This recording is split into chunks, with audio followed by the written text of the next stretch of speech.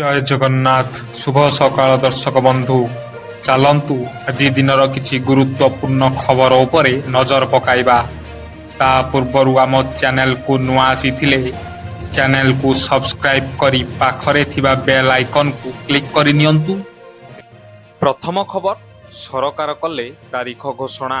ଏହି ଦିନ ମହିଳାଙ୍କ ଖାତାକୁ ଆସିବ ଟଙ୍କା। ଏହି ଖବର ଶୁଣି ସବୁ ମହିଳା ଏବେ ଭାରି ଖୁସି।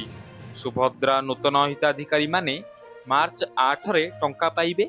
ଉପମୁଖ୍ୟମନ୍ତ୍ରୀ ପ୍ରଭାତୀ ପରିଡ଼ା ଏକାଥରେ 2ଟି କିସ୍ତି ପାଇବା ବିଷୟରେ ସୂଚନା ଦେଇଛନ୍ତି। ସେପଟେ ସୁଭଦ୍ରା ପୋର୍ଟାଲ ମଧ୍ୟ ଖୋଲିସାରିଛି। ନୂତନ ହିତାଧିକାରୀମାନେ ଏନେଇ ଆବେଦନ କରିପାରିବେ। ନୂଆ ଆବେଦନ ପ୍ରକ୍ରିୟା ଗୋଟିଏ ମାସ ଧରି ଚାଲିଛି। ପରବର୍ତ୍ତୀ ଖବର, ସ୍ୱାସ୍ଥ୍ୟ ସେବାକୁ ପ୍ରାଧାନ୍ୟ, 20,000 ହେବ ମେଡିକାଲ ଭତ୍ତା। ଖୁସି ଖବର ଦେଲେ ସରକାର। ଏଥର ଆଲୋଚନା କେବଳ ଫିଟମେଣ୍ଟ ଫ୍ୟାକ୍ଟର କିମ୍ବା ବେସିକ ସାଲେରୀ ପର୍ଯ୍ୟନ୍ତ ସୀମିତ ନୁହେଁ।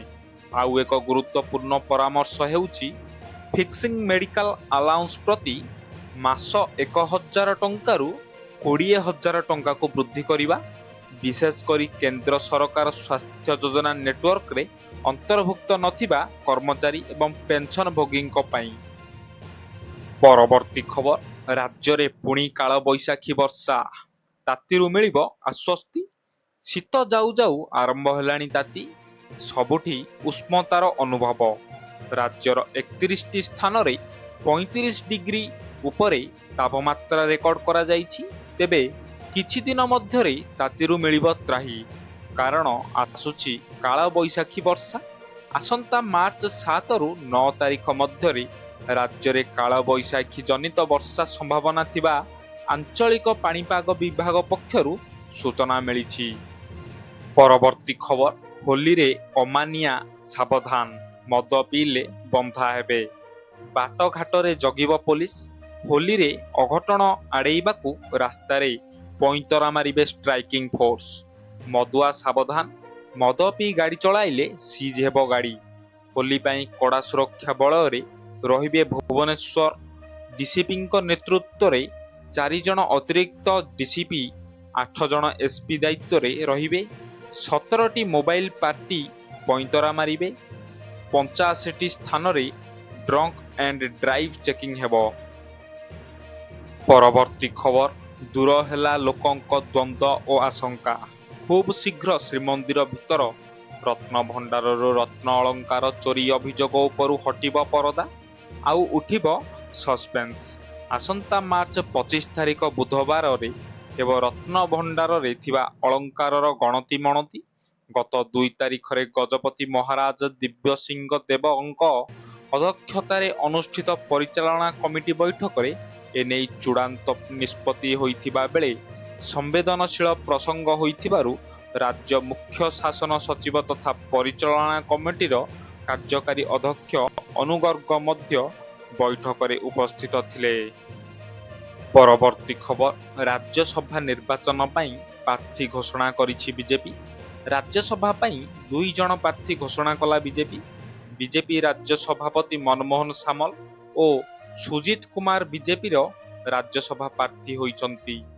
2023 ମାର୍ଚ୍ଚ 24ରୁ ରାଜ୍ୟ ବିଜେପି ସଭାପତି ଅଛନ୍ତି ମନମୋହନ ସାମଲ। 1999ରୁ 2004 ଯାଏଁ ରାଜ୍ୟ ବିଜେପି ସଭାପତି ଥିଲେ ମନମୋହନ।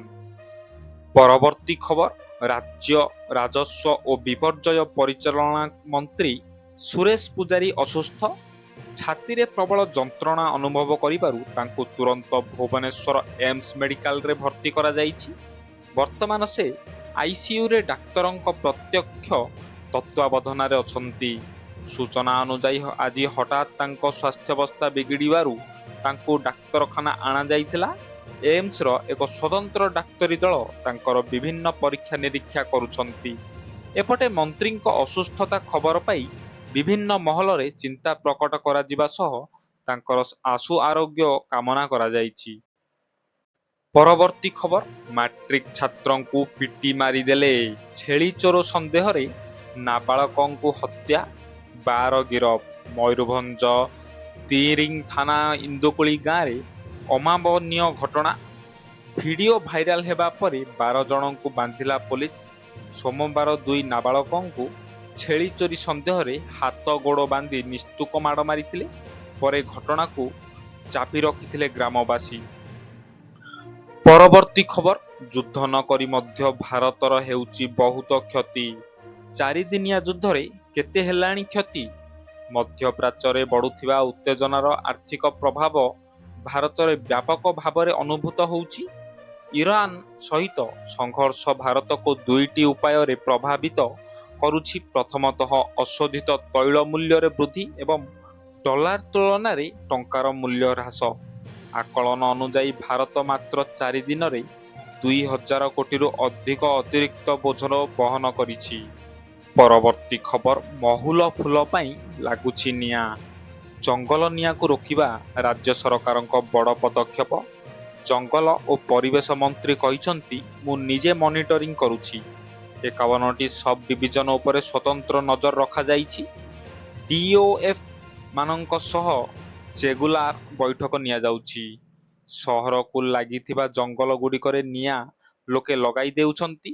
ବିଗତ 2 ବର୍ଷ ମଧ୍ୟରେ ତଥ୍ୟ କହୁଛି ନନ୍ ଫରେଷ୍ଟ ଅଞ୍ଚଳରେ ଅଧିକ ନିଆଁ ଲାଗୁଛି। ଲୋକଙ୍କ ମଧ୍ୟରେ ସଚେତନତା ଅଭାବରୁ ଓ ମହୁଲ ଫୁଲ ସଂଗ୍ରହ ପାଇଁ ଲୋକେ ନିଆଁ ଲଗାଇ ଦେଉଛନ୍ତି।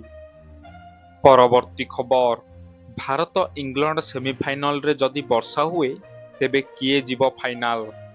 ICC T20 ବିଶ୍ୱକପ୍ 2026 ଏବେ ଏକ ରୋମାଞ୍ଚକର ମୋଡରେ ପହଞ୍ଚିଛି। ବିଶ୍ୱର 4ଟି ଶକ୍ତିଶାଳୀ ଦଳ ସେମିଫାଇନାଲରେ ନିଜର ସ୍ଥାନ ପକ୍କା କରିସାରିଛନ୍ତି। ପ୍ରଥମ ସେମିଫାଇନାଲ ଆସନ୍ତା ବୁଧବାର 4 ମାର୍ଚ୍ଚ କୋଲକାତାର ଐତିହାସିକ ଇଡେନ ଗାର୍ଡେନରେ ଦକ୍ଷିଣ ଆଫ୍ରିକା ଏବଂ ନ୍ୟୁଜିଲାଣ୍ଡ ମଧ୍ୟରେ ଖେଳାଯିବ। ସେହିପରି ଦ୍ୱିତୀୟ ସେମିଫାଇନାଲ ଗୁରୁବାର ମାର୍ଚ୍ଚ 5 ମୁମ୍ବାଇର ୱାଙ୍ଗଡେ ଷ୍ଟାଡିୟମରେ ଭାରତ ଏବଂ ଇଂଲଣ୍ଡ ମଧ୍ୟରେ ଅନୁଷ୍ଠିତ ହେବ।